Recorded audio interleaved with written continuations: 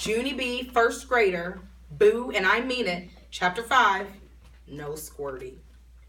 Dear little piece of paper that I am writing on in my room, today is Halloween.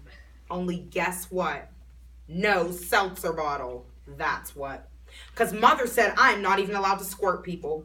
And so how am I supposed to scare off the monsters and the witches? That's what I would like to know. Also, my clown hair is not exactly like Squirty's. Plus, I couldn't even find a Squirty shirt. I do not have faith in this costume. From Not Exactly Squirty.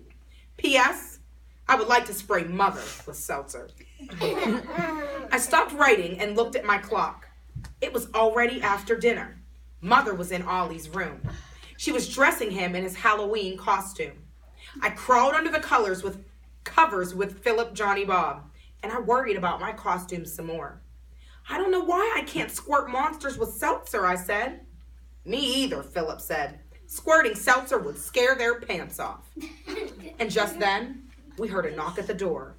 I did not say come in, but Mother came in anyway. That is a bad habit of hers. I peeked my eyes out of the covers. Mother was holding baby Ollie. He was wearing a cow suit. My grandma Miller made it for him for Halloween. Mother put Ollie on the floor. Moo, he said.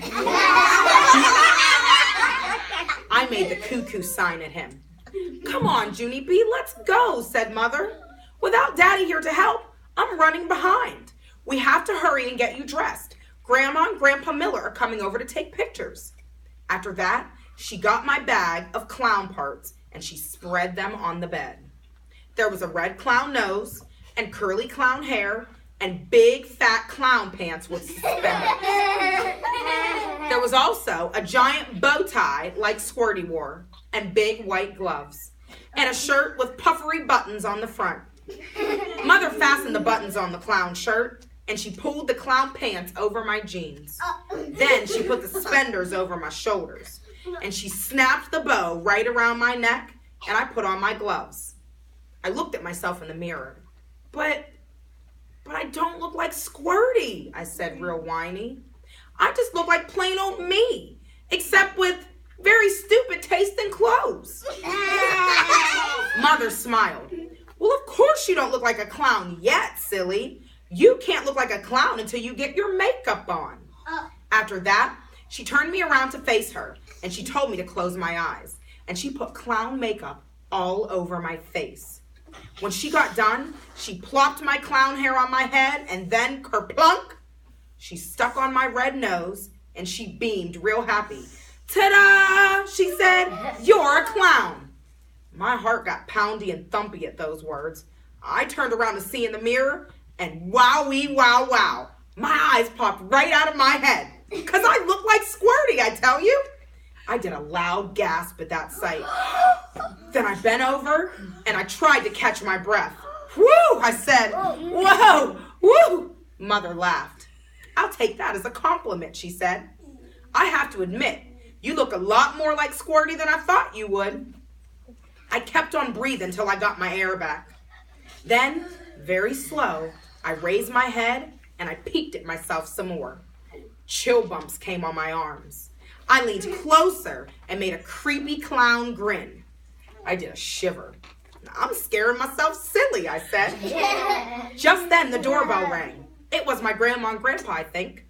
Mother picked up Ollie the cow and she hurried to let them in. I stayed behind and looked at myself some more. I waved in the mirror with my big clown glove. Then I backed up a little bit and I pretended to squirt myself with seltzer. Squirt, squirt, I said. Squirt, squirt, squirt. Very fast, I spun around and I squirted my Raggedy Andy named Ruth and my Raggedy Andy named Larry and my Teddy named Teddy. Squirt, squirt, squirt, I said again. Finally, I put down my pretend squirt bottle and I sat on the edge of my bed. Darn it, I said. I wish I had a real squirt bottle, because if monsters aren't afraid of my clown face, then how else will I scare them away? I walked back and forth, very pacing.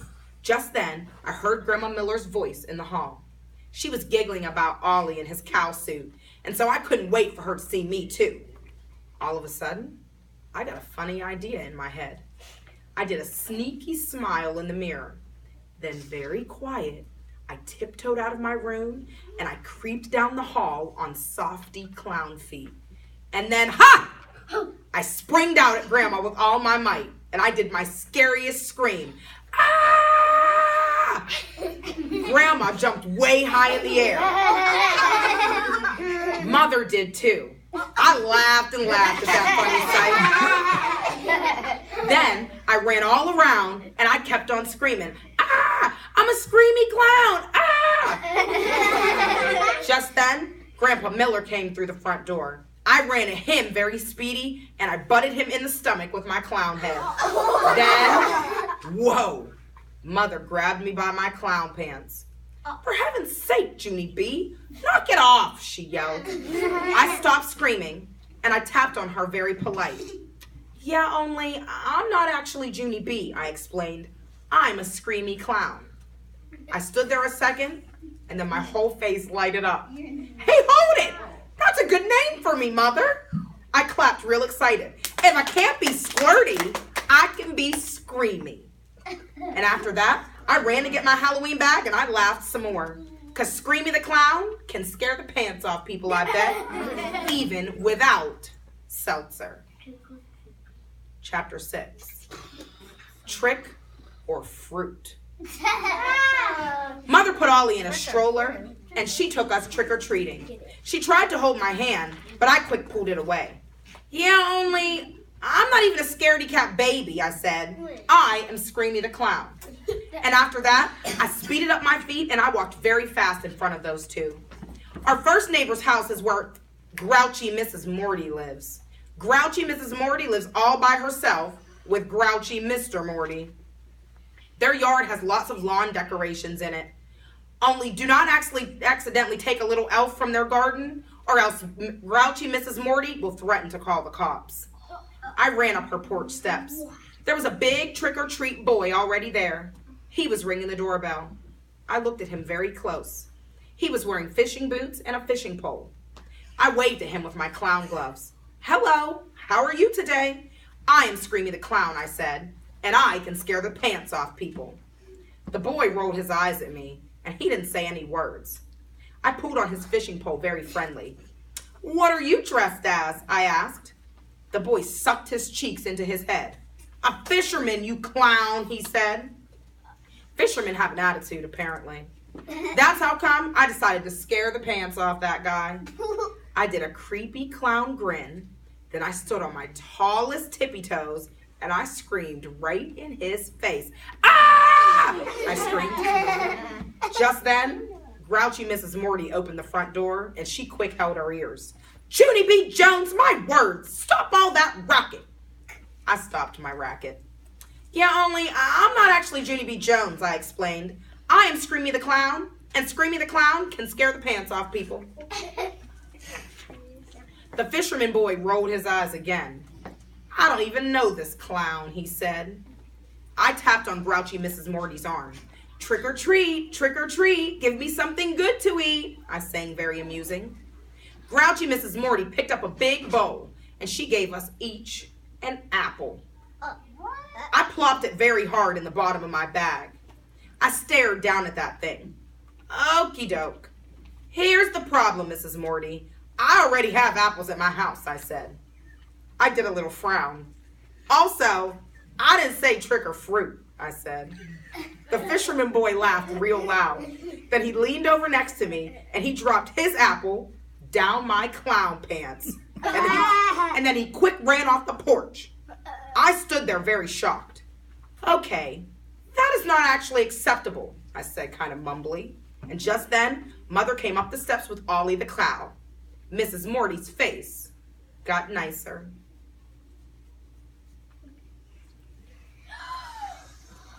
The pants are too big. She patted Ollie's cow head, and she gave him a Rice Krispies treat.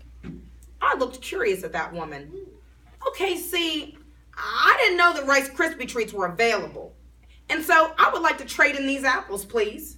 I reached into my bag and down my clown pants, and I tried to give the apples back. But grouchy Mrs. Morty did a grump face.